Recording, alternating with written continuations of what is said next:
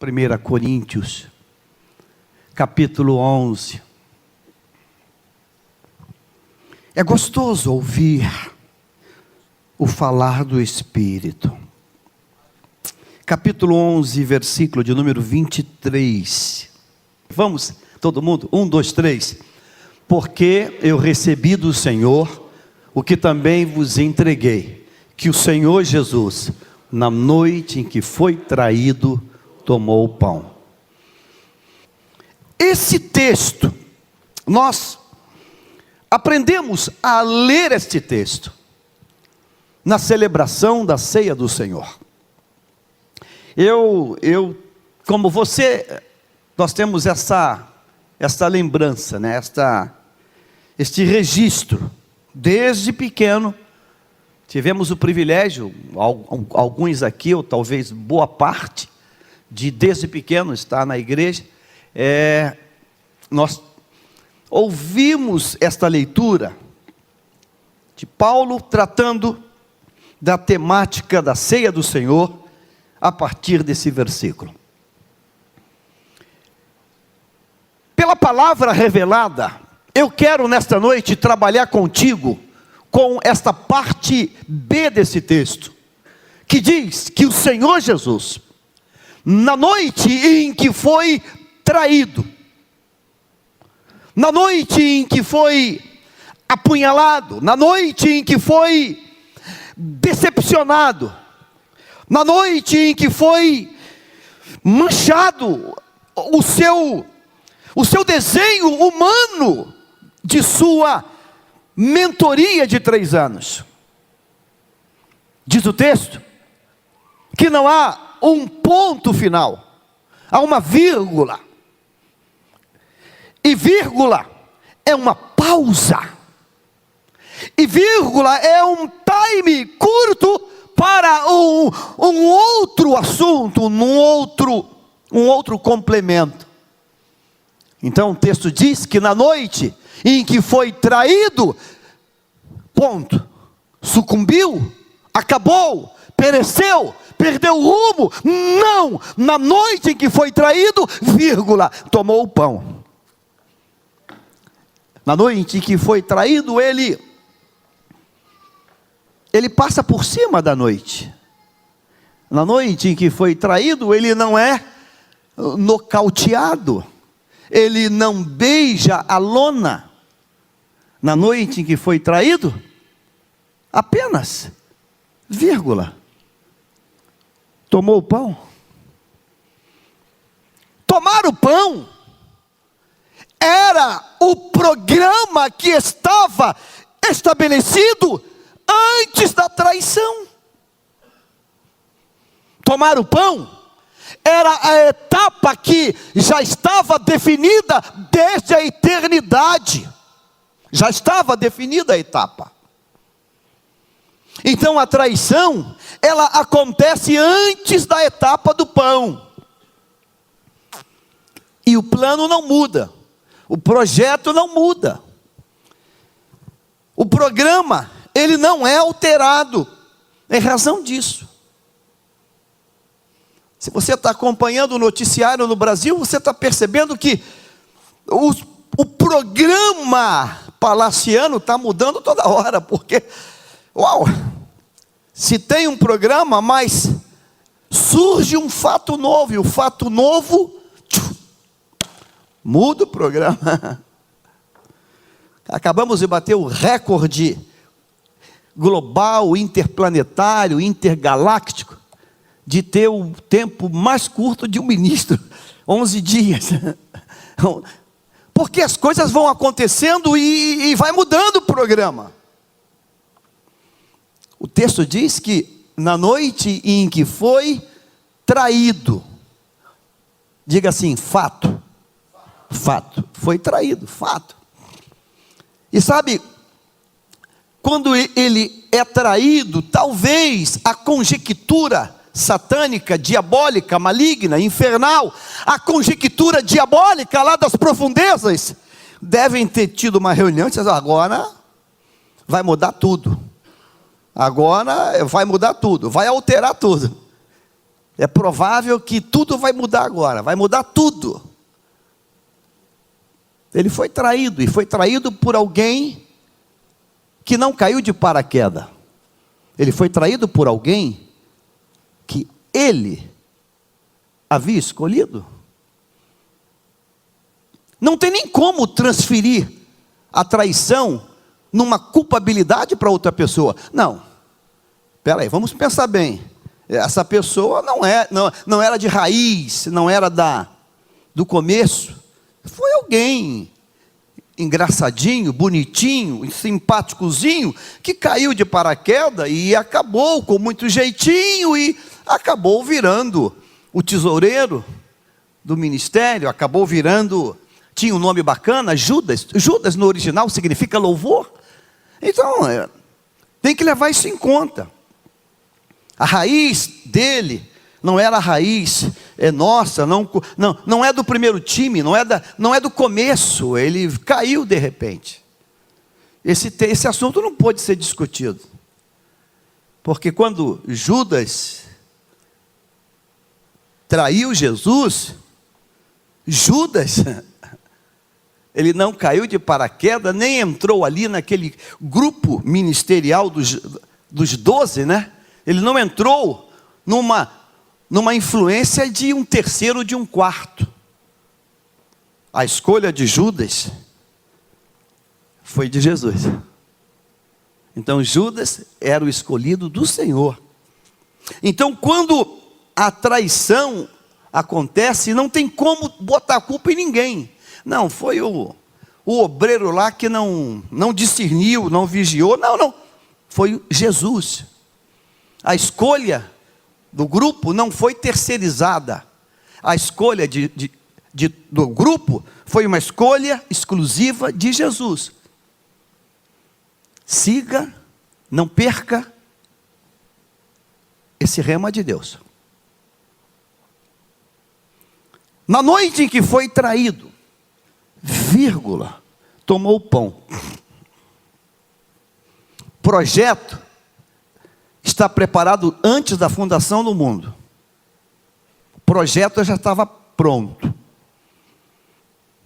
Vem a última ceia, vem a prisão, vem o julgamento, vem a humilhação,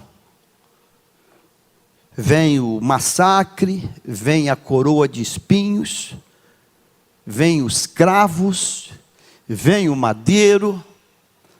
O projeto já estava todo ali delineado. Então quando Judas, ele traz Jesus nessa última celebração, o plano não mudou. E não mudou porque Jesus está trazendo para mim e para você hoje, talvez uma verdade que ela passa quase que oculta, ou passa quase que escondida de nós. E foi isso que o Espírito Santo hoje, durante todo esse dia, trabalhou e ministrou dentro da minha alma, do meu coração. Eu quero que você guarde esse texto e vamos dar um salto no Evangelho de Mateus, no capítulo de número 4. Evangelho de Mateus, capítulo de número 4. Evangelho de Mateus, capítulo 4. Começo a leitura. A seguir, esse a seguir é a sequência, é o ato seguinte do batismo. Eu vou facilitar, vamos ampliar essa compreensão. Capítulo 3. Capítulo 3. Os últimos versículos. 13. Por esse tempo, dirigiu-se Jesus da Galileia para o Jordão, a fim de que João o batizasse. Ele, porém, o dissuadia, dizendo: eu é que preciso ser batizado por ti, e tu vens a mim? Mas Jesus lhe respondeu: deixa por enquanto, porque assim me convém cumprir cumprir toda a justiça. Então ele o admitiu. Batizado Jesus, saiu logo da água, e eis que se lhe abriram os céus, e viu o Espírito de Deus descendo como pomba, vindo sobre ele. E eis uma voz do céu que dizia: este é o meu Filho amado, em quem me comprazo. Comprazo, em quem me deleito, em quem tenho prazer. Visualizemos essa cena. Jesus, ele vai para o deserto, onde João Batista está batizando. João Batista é o precursor, está pregando dele, falando dele. E João Batista, de repente, olha e vê que ele vem vindo. E João Batista, ele para a pregação dele, ele para a mensagem, ele para e diz: ei, eis aí o Cordeiro de Deus. Tudo que eu venho falando para vocês, tudo que eu venho pregando a vocês, acaba de chegar. É ele. João, ele tira o foco dele e transfere o foco para Jesus. Quando João faz isso, todo o auditório, toda aquela plateia que ali está, vira automaticamente os olhos para Jesus. Tira os olhos de João e faz isso. Imagine você agora que toda essa igreja virasse para aquela porta para olhar para a rua, quem está chegando lá. Todo mundo, inclusive João. Ele vem andando, vem andando, vem andando, vem andando, vem andando. João estava batizando. Quando ele chega perto, ele diz para João: estou pronto, me batiza. João: hã? Lhe batizar? Sim, me batiza. Eu tenho a impressão que João tentou fazer um estudo bíblico para ele. Eu estou batizando pecadores, ímpios. Eu estou batizando pessoas que vêm da lama, víboras. Não o Senhor. Vamos mudar o papel. Eu agora que vou ser batizado por ti. João, apenas cumpre a palavra. Cumpre. Eu estou aqui para que seja cumprido isso. Eu penso que João um tanto quanto constrangido. Um tanto quanto constrangido, porque ele está descendo do rio com, não um ex-fariseu, é com Jesus, que ele sabe que é o Deus entre nós. Eu penso que nós temos algumas perguntas. Por quanto tempo você quer servir ao Senhor Jesus? O programa para João mudou. Você recebe... Não, isso eu não posso perguntar isso a ele. Se ele recebe o Pai, ele é o... Eu te batizo em nome de Jesus? Não, não dá. Você é Jesus. Como é que eu vou te batizar no teu nome? Então, é para cumprir. É só para... Então vamos cumprir. E João batiza ele. Quando ele sai da água, acontece algo que jamais havia acontecido. Quando ele sai da água, o céu abre. Eu não sei se fez barulho, mas o céu abriu. Quando o céu abre, desce o Espírito numa forma de uma pomba. Todos estão paralisados ali. A pomba vem, e a pomba paira sobre ele. E como isso fosse coisa de menor importância, do céu brada a voz de Deus: este é meu Filho amado, em quem eu me comprazo. Uau! Eu penso que dá até para ouvir respiração. Ninguém consegue falar nada. estão todos impactados, todos estão ali paralisados com aquela cena. Ele é batizado, capítulo 4, a seguir, então Jesus foi levado pelo Espírito ao deserto, para ser tentado pelo diabo. Depois de jejuar 40 dias e 40 noites, teve fome. O tentador aproximou-se dele e disse: se és o Filho de Deus, manda que estas pedras se transformem em pães. Jesus respondeu: está escrito, nem só de pão viverá o homem, mas de toda palavra que procede da boca de Deus. Então o diabo levou a cidade santa do deserto. O diabo faz um voo do deserto até a cidade santa. Hoje nós temos o balão, nesse balão que voa. Hoje nós temos um helicóptero. Meu Deus, o diabo tomou Jesus e o transportou até a cidade santa e colocou-o na parte mais alta do templo. Foi lá na ponta, na extremidade mais alta, e pousou lá e desceu lá. E lhe disse: se és o Filho de Deus, joga-te daqui para baixo, pois está escrito, ele dará ordens a teus anjos a teu respeito, e com as mãos eles segurarão, para que você não tropece em pedra alguma. Jesus lhe respondeu também, está escrito, não ponha à prova o Senhor seu Deus. Depois o diabo levou a um monte muito alto. Ele está no deserto, o diabo transporta até a Jerusalém,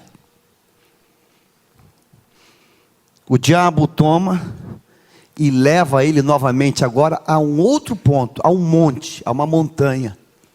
E dessa montanha o diabo descortina para ele o esplendor dos reinos do mundo. Isso é ciência pura, né? Uma coisa de cinema. O diabo projeta para ele, não sei o que o diabo fez para projetar. Uma holografia, não sei, projetou os reinos do mundo.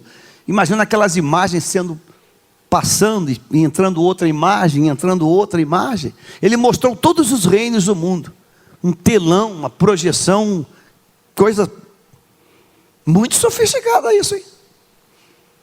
Versículo 9, ele disse: tudo isso te darei, se te prostrares e me adorares. Jesus lhe disse: retira-te, Satanás, pois está escrito, adore o Senhor, o seu Deus, e só a Ele preste culto. Então o diabo deixou, e vieram os anjos.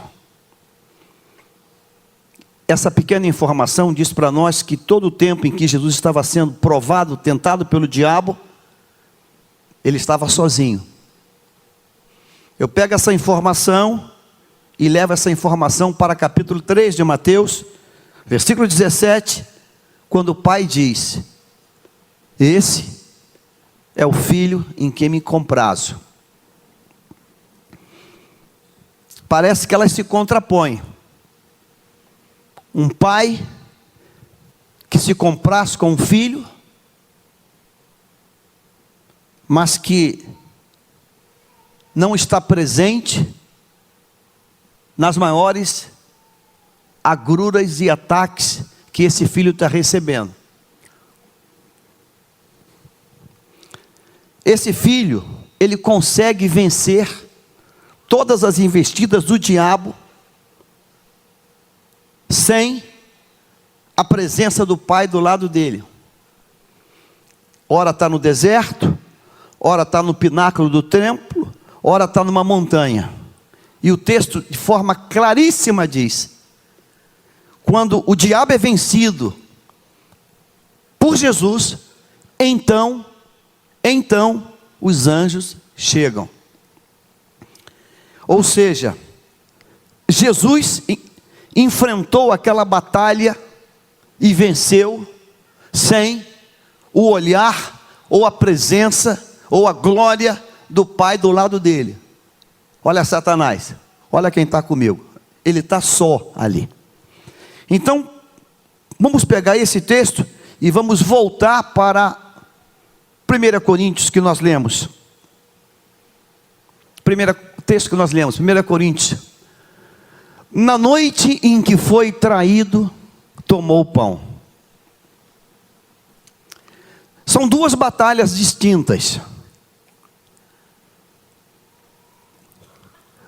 Os dois textos de Mateus e de Coríntios nos ensinam uma verdade.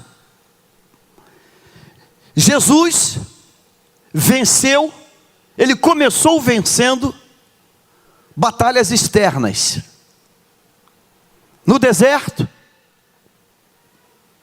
no pináculo, no monte. Ele venceu batalhas externas. A batalha de não transformar pedras em pães.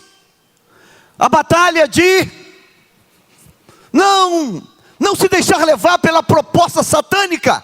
De dizer, olha, eu vou provar para ele que eu sou quem eu sou. Ele venceu batalhas das suas ambições humanas, do seu ego, do seu eu, das suas vaidades. Quando ele diz, Satanás, nada disso me interessa. E ele venceu a própria batalha externa de enfrentar pessoalmente Satanás. A primeira vez que a Bíblia apresenta Satanás para nós, lá no Éden, diz o texto que Satanás, ele tomou o corpo de uma serpente. Pergunta, qual foi o corpo que Satanás usou quando tentou Jesus? Foi a serpente? Ou foi um outro corpo? Uma outra monstruosidade? Qual foi o corpo que Satanás estava quando falava com Jesus? Era uma grande cobra, uma anaconda? Era um monstro? Tinha chifre, não tinha chifre? Fedia? Cheirava a enxofre? Eu não sei, a Bíblia não diz para nós. Talvez um dia na eternidade, ele talvez pode até dizer, ou alguém pode perguntar, Senhor, a tentação do diabo contra a tua pessoa, como é que o diabo estava apresentado? Já parou para pensar nisso? Já tinha pensado nisso? Dê espaço para os neurônios. Como é que o diabo estava na tentação? Como serpente, não sei se ele conseguiria voar dessa maneira. Só se tivesse um tapete voador, como que ele poderia fazer isso? Qual era o corpo dele? Qual era a apresentação dele? Era Satanás. Satanás falava, ele dialogava com Jesus, mas como saía essa voz? Como ele era? O importante é que Jesus, ele venceu todas as batalhas externas. Todas as batalhas externas. Diga assim, glória a Deus por isso. Todas as batalhas externas. Diga assim, Jesus começou o ministério vencendo batalhas externas. Diga, e fechou o ministério vencendo a batalha interna. Nesta noite eu estou falando para pessoas aqui.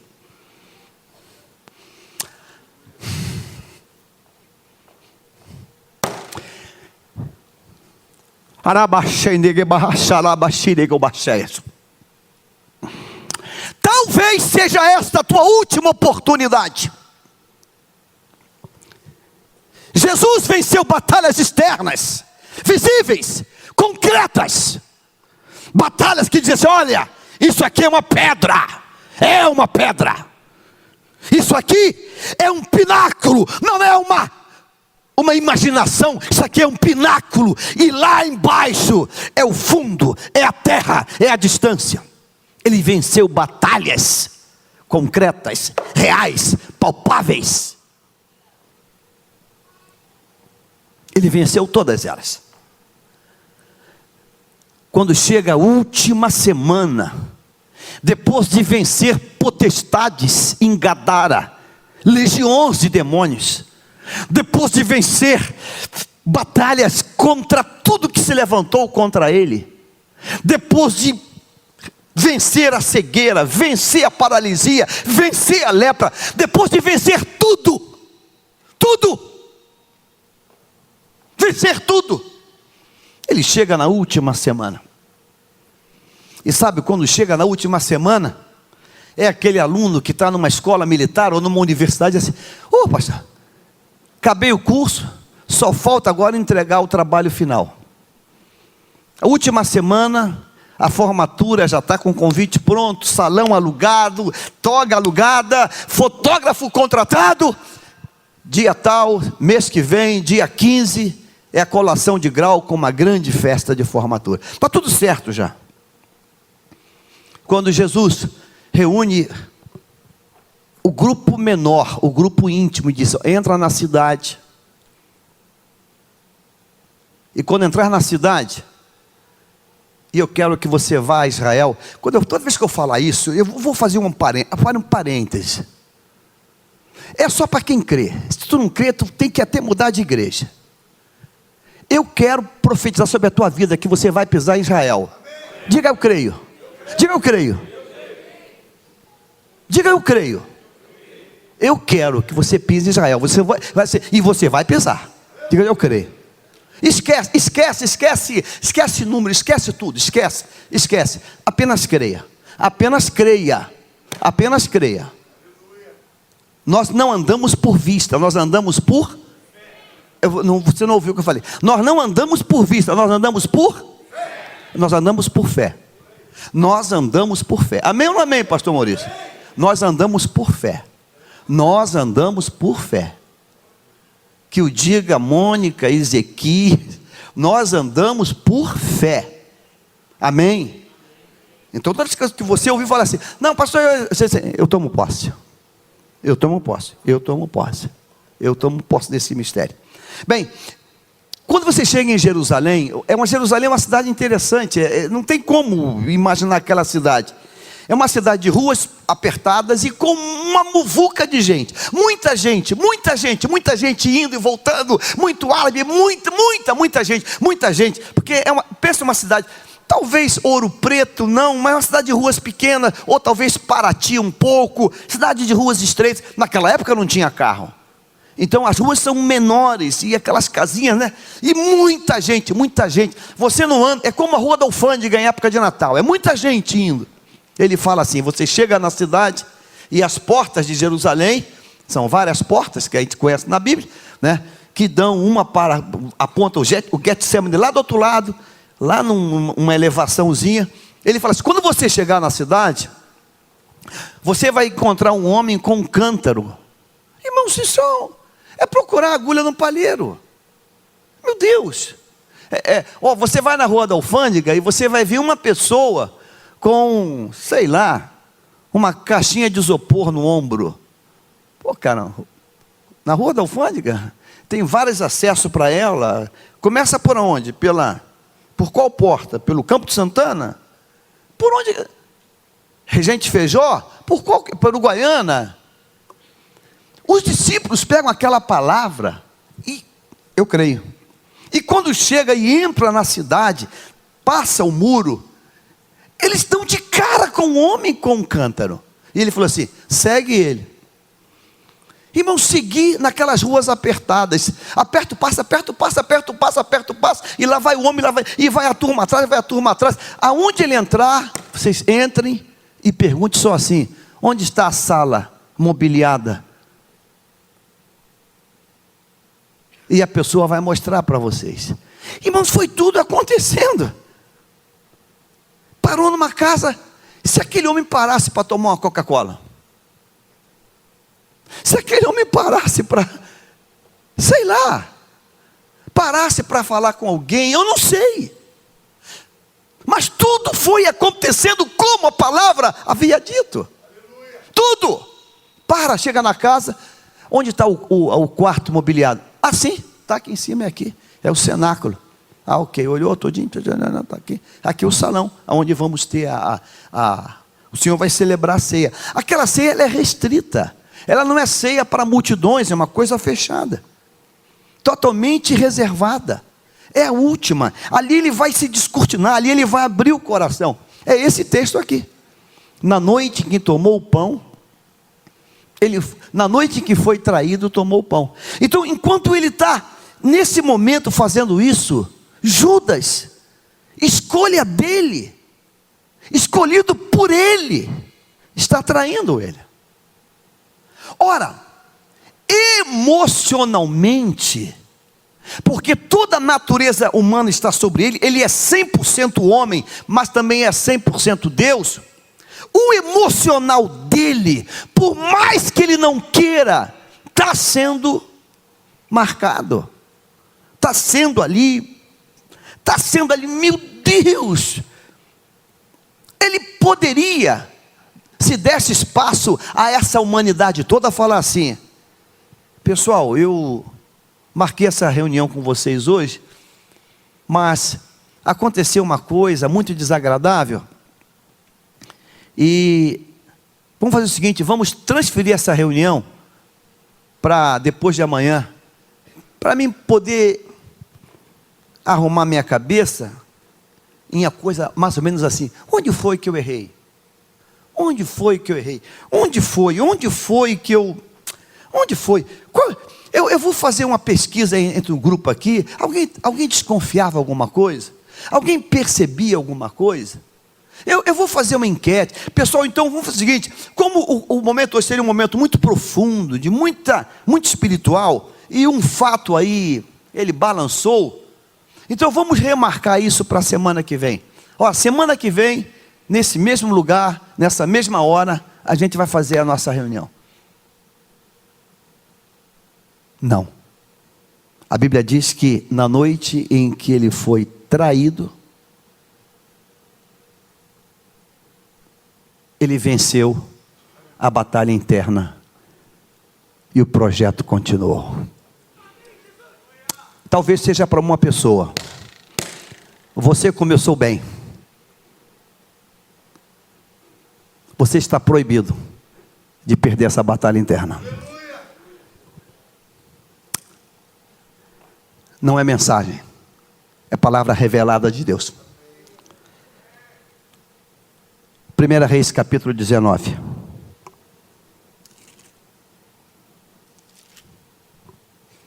Primeira Reis 19.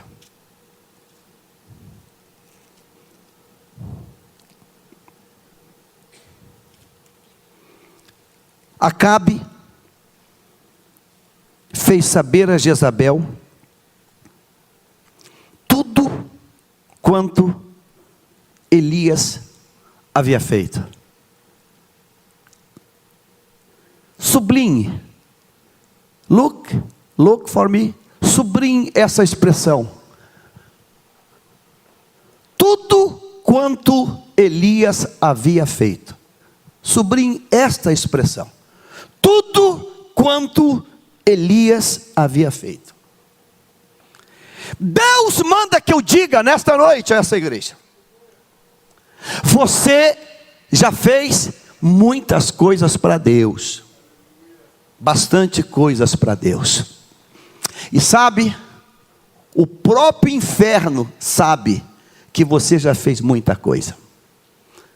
Acabe fez saber a Jezabel tudo quanto Elias havia feito. Diga para quem está do teu lado, diga assim: glória a Deus pelas coisas que você já fez. Mas por favor, continue fazendo.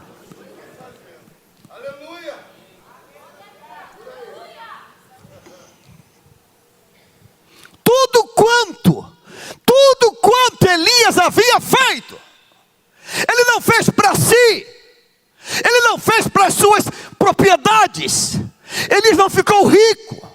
Hoje em dia, abrindo parênteses, tem um demônio aí, um diabo aí, tentando dizer nesse Brasil e nesse mundo afora, que fazer coisa para Deus é enriquecer. é ficar rico. É ter avião, é ter helicóptero. Eu já tive o desprazer de ouvir alguém falar: pastor, a gente mede o ministério de um homem de Deus pelo carro que ele usa. E olha para cá. Chegou aquele carrão, é um homem de Deus. É um homem de Deus. Oh meu Deus. Diga assim: está repreendido. Satanás está repreendido. O inferno não diz tudo quanto Elias tinha. O inferno não diz tudo quanto Elias possuía. O inferno diz tudo quanto ele tinha o quê? Feito.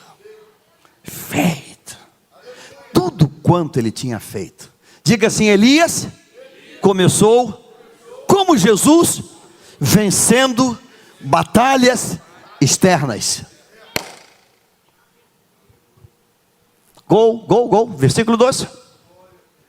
Então Jezabel mandou um mensageiro a Elias a dizer-lhe: façam-me os deuses como lhes aprouver, se amanhã, a estas horas, não fizer eu a tua vida como fizeste a cada um deles.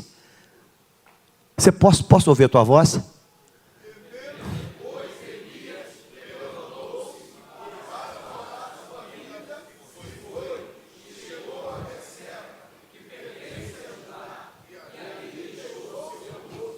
Um homem que começou vencendo e que fez tudo que até o inferno sabia para Deus, é vencido na batalha interna, com um bilhetinho de Jezabel. Um bilhetinho faz, versículo 3, faz com que ele seja possuído de medo. Ele não teme a Deus, que usou em todas as circunstâncias. Ele teme a uma mulher, que ele sabe, mais do que ninguém, que é instrumento do diabo.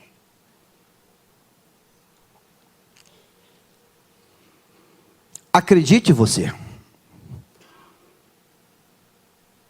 vencer batalhas externas às vezes é até fácil.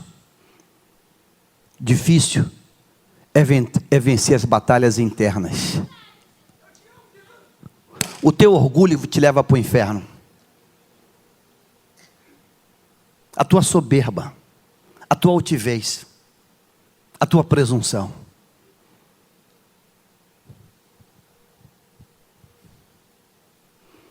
Elias acaba um ministério, ele foge, ele entra em depressão, ele pede a morte. Eu fico pensando nos fofoqueiros de plantão naquela época. Cadê o cara valentão? Fugiu,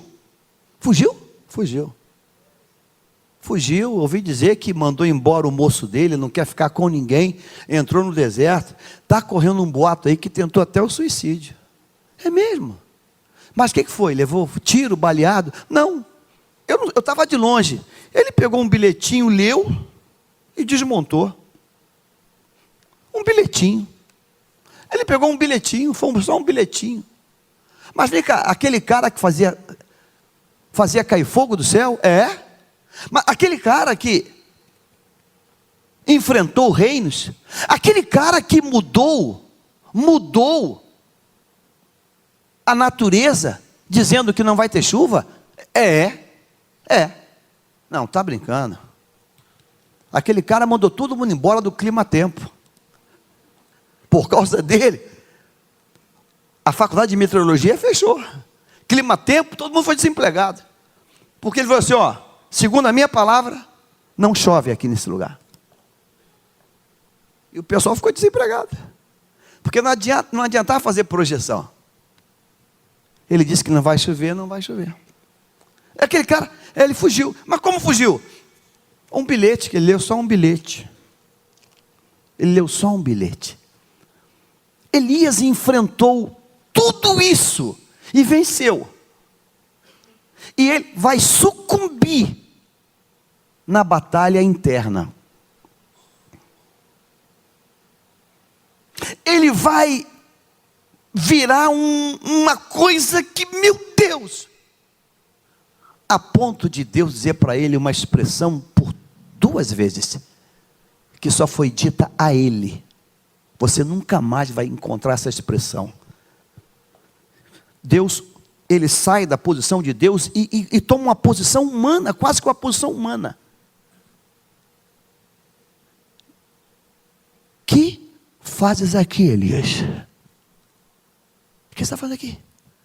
Como que Deus não acredita que aquilo está acontecendo. Você é o cara que falou e eu falei, vou ter que segurar a palavra dele. Não chove 3 anos e meio. Você parou o Israel. Você agora está numa caverna pedindo a morte. Uau! Que fazes aqui, Elias? Que fazes aqui? Elias foi vencido na batalha interna. Irmãos, quando nós lemos na carta de Paulo à igreja em Corinto, na noite em que foi traído, ele tomou o pão e continuou o projeto. Você está proibido de ser derrotado nessa batalha interna. A grande mensagem da ceia é a mensagem de alguém que começou vencendo e terminou vencendo. Então, quando eu tomo esse pão e eu tomo esse cálice, eu preciso dizer uma única coisa: Senhor, eu estou tomando esse pão e esse cálice unicamente por causa de Ti, e eu não posso desonrar a Tua vitória. Eu não posso desonrar a Tua vitória. Você conhece alguém que venceu as batalhas externas e venceu a batalha interna? Você conhece, você é um bom aluno de EBD. Os rapazes na Babilônia. Você conhece aquele texto, mas conhece bem. Venceram a batalha de dizer, nós não vamos comer essa comida. Venceram a batalha de olhar para aquelas carnes, para aqueles vinhos, olhar para aquelas coisas apetitosas. Não, isso aí foi consagrado a demônio. Nós não vamos comer isso. A gente vai comer só legumes e beber água. Venceram tudo isso. Você já pensou? Já pôde para pensar alguma coisa assim, depois do almoço à tarde? Pastor Paulo, fica em pé. Faz assim. Aí eu, inadvertidamente, para de fazer isso, cara. Para de fazer isso. Para de fazer isso. Aí eu pergunto assim, por que você está fazendo isso? Ele responde, ué, tu não comeu aquela carne hoje não? Delícia. Comeu não? Ué, não? Aquela... Bom demais. Pô, picanha, rapaz, gordurinha. É, picanha. Não. Ah, não. Aí passa para o outro lá, o outro está assim. Rapaz, que carneirinho aquele. Meu amigo. Eita. Aquele ali nunca vi na vida. E aquele vinho? Que é isso, rapaz? Ó, já está aqui. Passaram Daniel e Daniel. Não, foi só uma mistura que eu fiz, H2O. Só uma misturinha. Mas tu comeu o quê? Não, batata inglesa e um chuchu. Tu não comeu? Tu não comeu a refeição de hoje? Não. Rapaz, tu estava onde? Eu estava lá, mas fiquei lá sentado lá atrás, lá.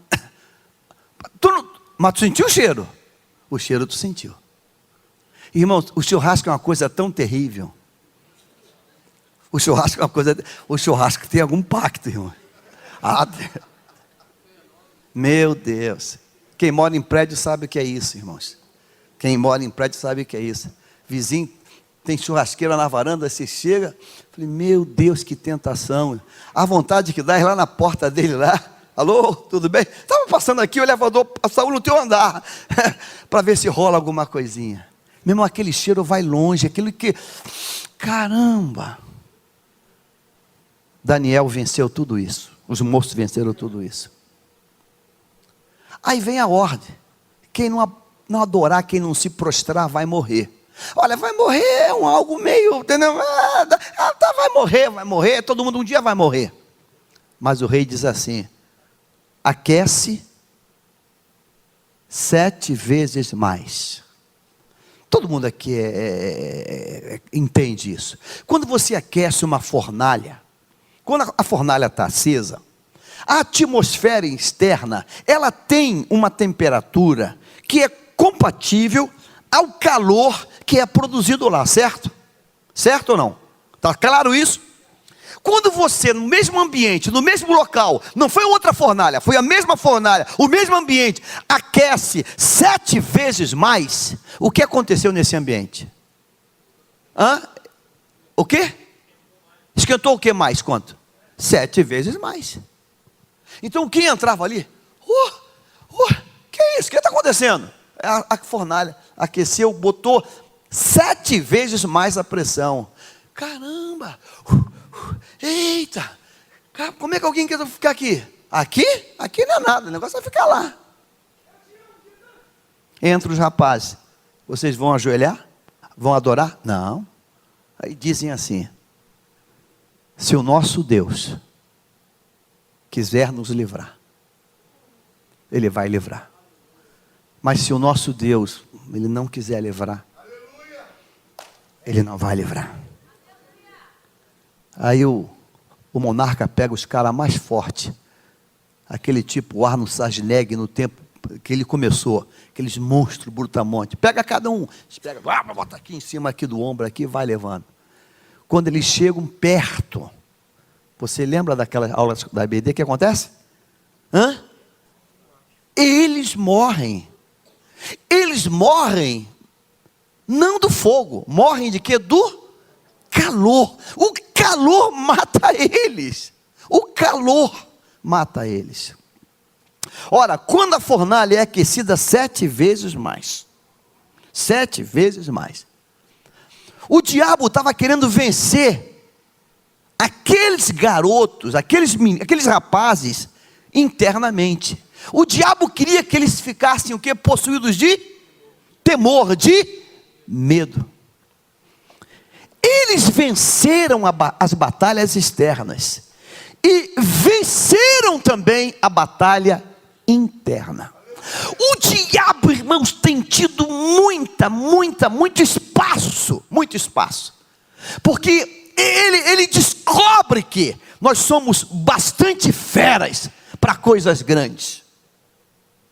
Nos dá um microfone, a gente vira um leão. Mas as batalhas internas, que só Deus conhece, a gente vai sucumbir. Orgulho, vaidade, soberba, teimosia, burrice da alma, a gente vai sucumbir. As batalhas internas, a gente vai sucumbir. Você lembra de Arão? Moisés está lá na glória, um monte fumegando a glória, e o pessoal pressiona Arão, e Arão fica com o quê? Com medo. E quem fica com medo gera monstro, e ele gera um bezerro. Você veio hoje aqui, e eu tenho uma boa notícia para você e uma péssima notícia. A boa notícia é dizer para você, até o diabo sabe as grandes coisas que você já tem feito.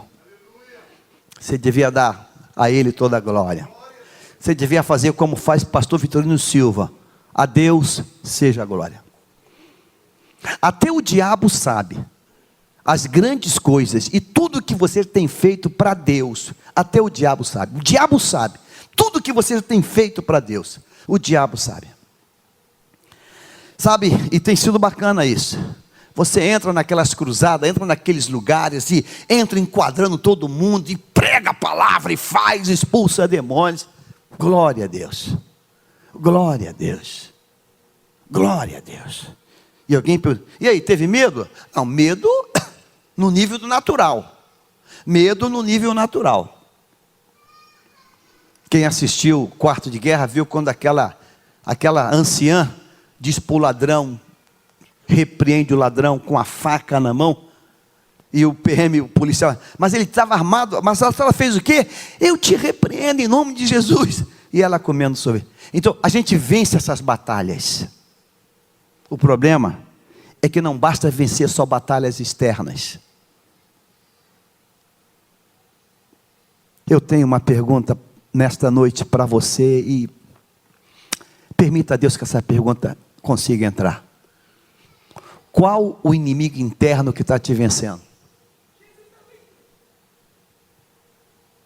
Qual o inimigo interno que está te vencendo? Você já discerniu ele? Você já discerniu ele?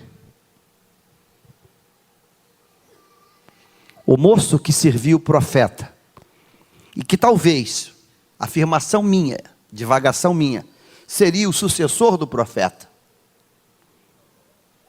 O dia que o profeta ministra sobre o general Naamã, e Naamã volta e diz assim, olha, voltei, porque eu trouxe umas coisas aqui, eu quero semear aqui no teu ministério.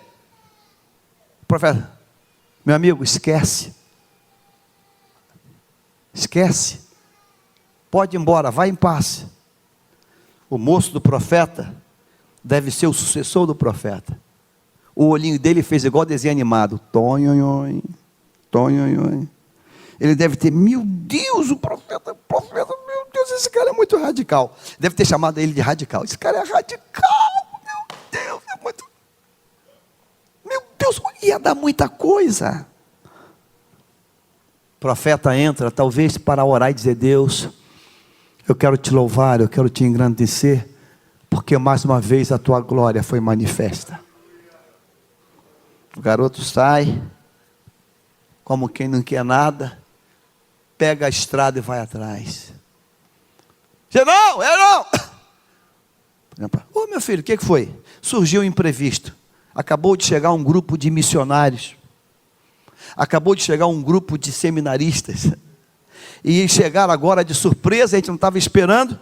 E aí o profeta mandou que eu viesse aqui para o senhor. Você pode então semear, porque vai ter um almoço para todo mundo, vai ter algumas coisas. Meu filho, que honra. Eu vou mandar um carro, um animal te ajudar a levar lá. E pega um monte de coisa e leva. Você sabe, aquele menino deve ter vencido batalhas enormes externas. Mas ele foi vencido por um inimigo dentro dele, que destruiu a história dele. Quem está vencendo você? Pastor, eu sou desse jeito e vou morrer desse jeito. Eu sou assim e vou viver assim. Quem está derrotando você? Na noite em que foi traído. Ele foi traído por alguém que ele havia escolhido. Ele foi traído por alguém que ele tinha escolhido, que ele tinha mentoreado 3 anos, tratado, discipulado 3 anos. Talvez o diabo disse assim, olha Jesus, você pisou na bola, essa foi fora.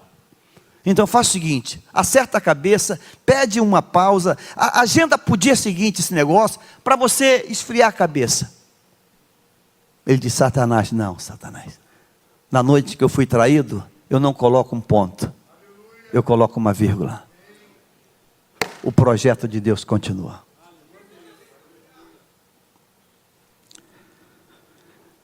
Não deixe o diabo colocar um ponto final na tua história. Não deixe o diabo colocar um ponto final no projeto de Deus da tua vida. Pastor, foi forte, eu sei que foi. Coloca uma vírgula. O projeto de Deus, o plano de Deus vai se cumprir. o plano de Deus vai se cumprir. Ah, eu não quero ler, eu não quero ler amanhã na história. Rapaz, fez muitas cruzadas, né? Rapaz, olha as fotos. Eu não quero ler amanhã na história.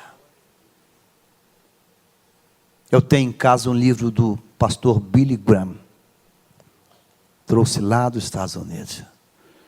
Eu tenho ele em casa. É alguém que, não na dimensão de um Paulo, que viveu lá atrás. Alguém que viveu hoje. Alguém que trabalhou hoje. E que por acaso eu conheci. Eu vi pessoalmente ele de perto. Que casou. Que foi marido de uma só mulher. Que foi um pastor. Que percorreu o mundo pregando. E que não se deixou levar pelo dinheiro, pela fama, pela soberba, pela vaidade, pela heresia. Ele começou pregando a cruz e terminou pregando a cruz. Hoje está bem idosinho, bem ancião. Mas quando qualquer norte-americano fala do Billy Graham, fala com muita honra e muito respeito. A Receita Federal nunca andou atrás dele. Ninguém. Fala com respeito. Billy Graham, homem de Deus. Homem de Deus. Não se iluda, meu irmão. Não se iluda, não se iluda.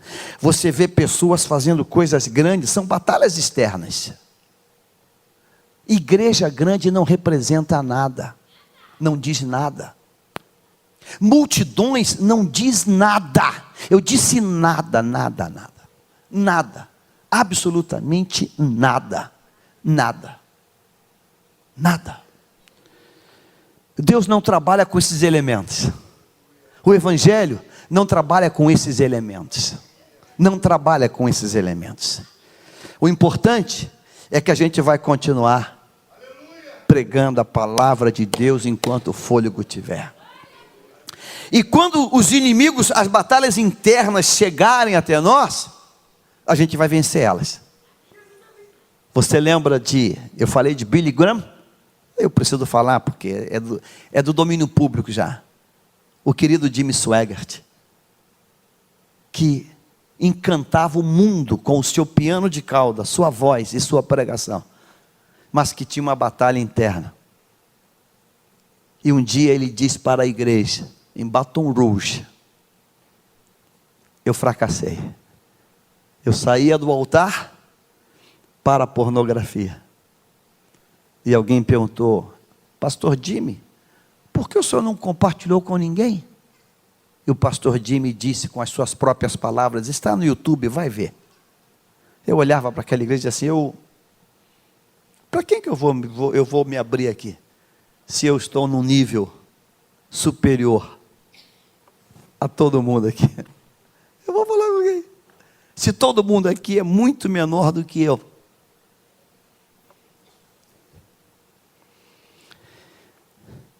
Eu fecho a Bíblia para fazer uma pergunta. Responda-me. A quem Elias compartilhou a mensagem que recebeu de Jezabel? Não ouvi. Eu vou perguntar de novo. A quem Elias compartilhou a mensagem que recebeu de Jezabel? Hein, Joseli? A quem? Então eu faço a segunda pergunta.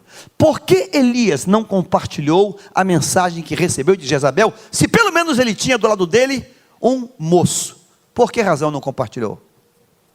Hein, Beth? Pera aí, Beth, por que não compartilhou? Orgulho. Sabe, a nossa cabeça fica voltada numa direção, a gente só pensa numa coisa, a gente para de orar, para de ler, para de ter devocional com Deus. E vivemos a vida do sambista. Deixa a vida me levar, a vida leva eu. somos incapazes assim. Meu irmão, me cobrem de oração, cara. Eu acho que eu estou desviando. Eu estou falando sério. Me cobrem de oração. A gente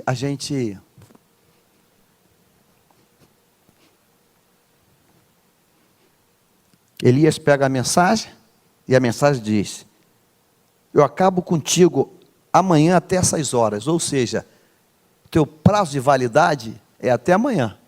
Até amanhã tu está morto. Ele pega aquilo, fecha, teme, emburaca em direção ao deserto e diz assim: você, fica aí. Eu sou teu ajudante. Fica aí. Eu vou sozinho.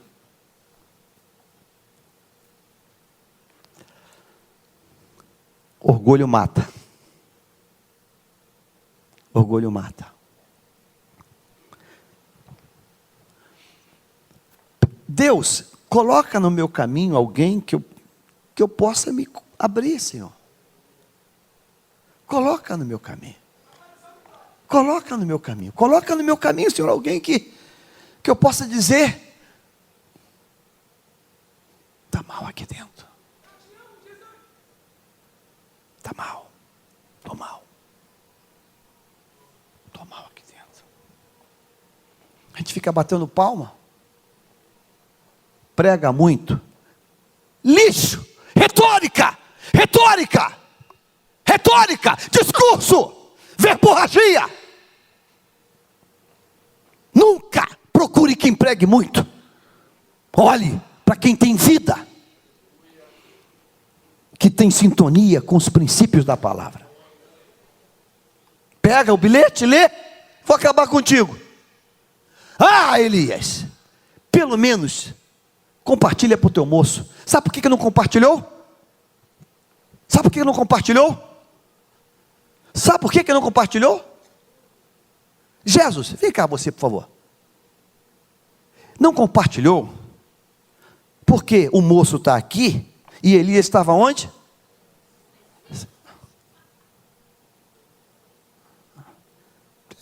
Tu ainda é um aprendiz. Ainda tem muito feijão para comer. Tem muito feijão. Eu já sou apóstolo. Sou bispo. O que tu é? Tu é um minhoca. Eu vou compartilhar com minhoca. Elias.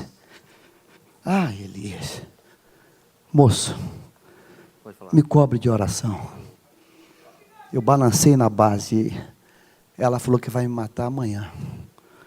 Me cobre de oração.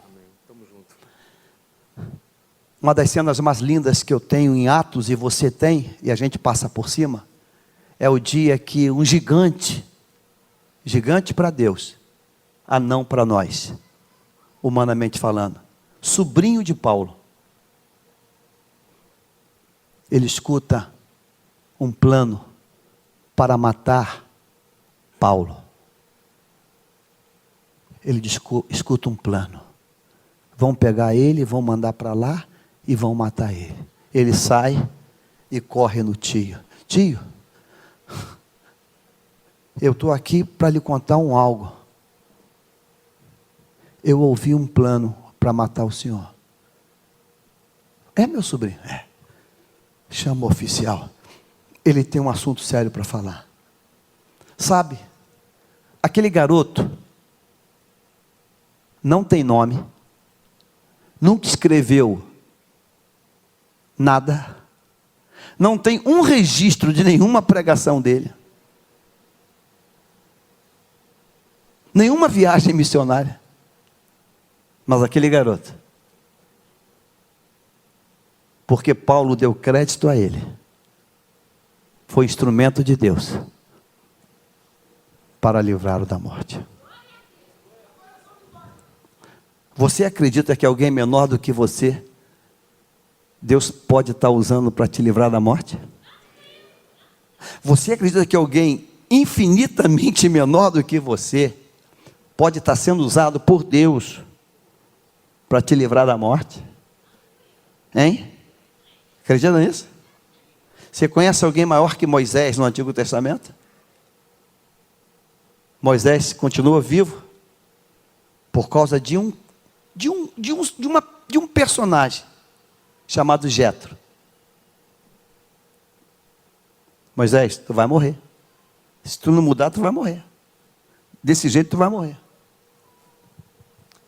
E Moisés, o grande, o máximo, o fera, ele se curva a um Jetro. Eu não sei quantos Jetros Deus já botou no teu caminho. Eu não sei quantos sobrinhos Deus já botou no teu caminho. Eu não sei quantos moços Deus já botou no teu caminho. Mas talvez o prazo está terminando. Então vamos fazer uma oração agora. E eu vou dizer assim, ó, bato palmas para você pelas batalhas externas. Você é o cara. Você está fazendo muita coisa. Até o inferno sabe disso. Você tem feito coisas grandes.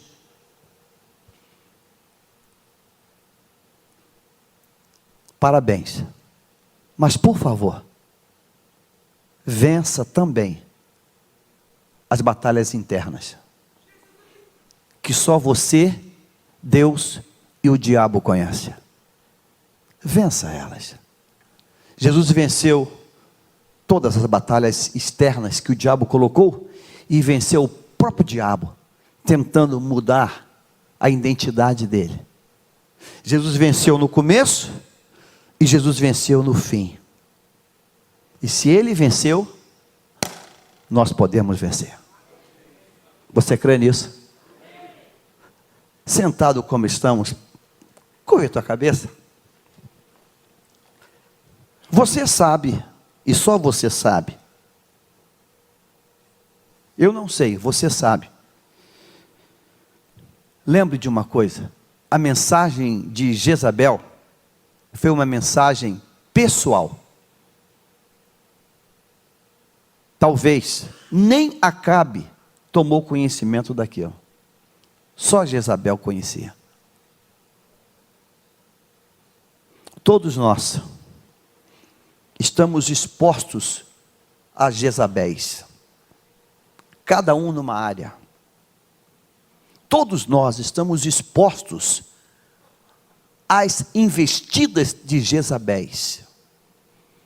Hoje você pode acreditar nessa palavra e ela hoje ser um começo de uma mudança na tua história. E hoje você também pode fazer ouvido de mercador, de óleo de peroba e dizer: vou continuar do meu jeito. É um direito que nós temos. Chama-se livre-arbítrio. Livre-arbítrio. Mas eu queria muito que você não desperdiçasse esta noite. Eu queria muito, muito, muito, muito, com toda a força do meu ser, que você dissesse hoje: Deus, eu te glorifico por todas as batalhas externas que o teu amor, a tua graça me fez vencer. Eu te glorifico. Eu te glorifico, Deus. Mas, Senhor, não deixe que eu venha sucumbir nas batalhas internas. E as batalhas internas, a gente vai pedir ajuda. As batalhas internas, a gente vai pedir cobertura. As batalhas internas, a gente vai pedir socorro. Há um princípio na palavra, e o problema nosso é que a gente abandona a palavra. A Bíblia diz: é bom ser mais de um. O cordão de 3 dobras resiste mais. A Bíblia diz: um ao outro ajudou, e ao seu companheiro esforça-te. Compartilhe pelo amor de Deus. Pastor, eu estou quase largando a minha esposa, eu estou quase largando a minha fé, eu estou quase largando, pastor, eu estou confuso, eu trabalho com um colega lá que falou umas coisas da Bíblia, pastor, eu balancei no que ele falou, eu estou quase. Compartilhe em nome de Jesus. Em nome de Jesus, não se feche no orgulho e diga, não, eu sei de tudo. Nós não sabemos de nada. Compartilhe, diga, ore por mim, porque eu já não sinto mais nada, eu escuto, mas não acontece nada. Compartilhe, diga assim, Deus, coloca no meu caminho alguém que vai estar ali me exortando, alguém que vai estar ali. Sabe, irmãos, a gente não quer exortação, a gente quer tapinha nas costas. A gente quer tapinha nas costas. Pastor Maurício Medeiros tem um jeitão de dizer, te converte. A gente não quer ouvir isso, a gente quer ouvir que a gente é uma bênção. Tu é uma bênção, tu canta muito, tu prega muito, tu é uma bênção. Essa semana alguém falou comigo, pastor, meu irmão conhece o senhor. É? Já cantou aqui na sua igreja. Ah, qual o nome dele? Fulano de tal. Que bênção, ele está onde? Está preso lá na cadeia. Mas, peraí, cantou na igreja, está preso? É, pastor, ele cantou, mas aí foi esfriando e se envolveu aí no crime. Ah, quer dizer que ele é uma bênção. Cantou e está preso. Como é que isso acontece? Compartilhe com alguém. Pastor, estou quase me envolvendo com alguém lá no trabalho. Pastor, tem uma coisa que está. Compartilhe com alguém, pelo amor de Deus. Vença essa batalha. Vença. Você não vai ser derrotado nessa batalha. A Bíblia diz que um homem com coração segundo Deus foi derrotado na batalha interna.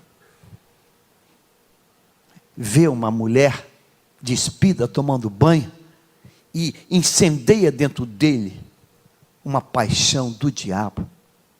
Se ele compartilhasse com alguém, cara, eu estou doidinho, vi uma mulher, estou fascinado. O amigo dava uma gravata nele, uma rasteira, jogava no chão. Vamos sair agora, vamos viajar agora, sei lá. Café sem açúcar, uma paulada na meio da cabeça. E o livramento ia acontecer. Mas sabe, a batalha interna venceu ele. O cara mata leão, mata urso, mata gigante. E é vencido numa paixão da carne.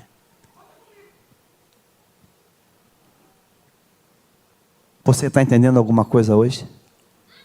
Você está entendendo alguma coisa hoje? Essa palavra foi claramente ministrada ao meu coração hoje. E Deus não erra endereço. E se desceu, essa palavra é de alguém. Eu não vou nem dizer de quem é, mas eu tenho certeza, essa palavra é de alguém. Vamos orar? Senhor, esta noite nós vamos participar da tua ceia, deste pão, deste cálice. A tua palavra, Pai, ela foi colocada diante de nós. Até o diabo sabe as coisas que nós já fizemos para ti. Até o diabo tem ficado atordoado. Mas, Senhor, a nossa vitória, a nossa coroação, ela não é no meio do caminho. Por essa razão, foi dito a Daniel: tu, porém, vai até o fim. Daniel, é muito bonita essa tua história. Você mexeu com o império babilônico. Mas Daniel, é até o fim. É a mesma palavra de Paulo. Eu combati o bom combate. Eu acabei a carreira. A carreira só acaba quando você ultrapassa a linha de chegada.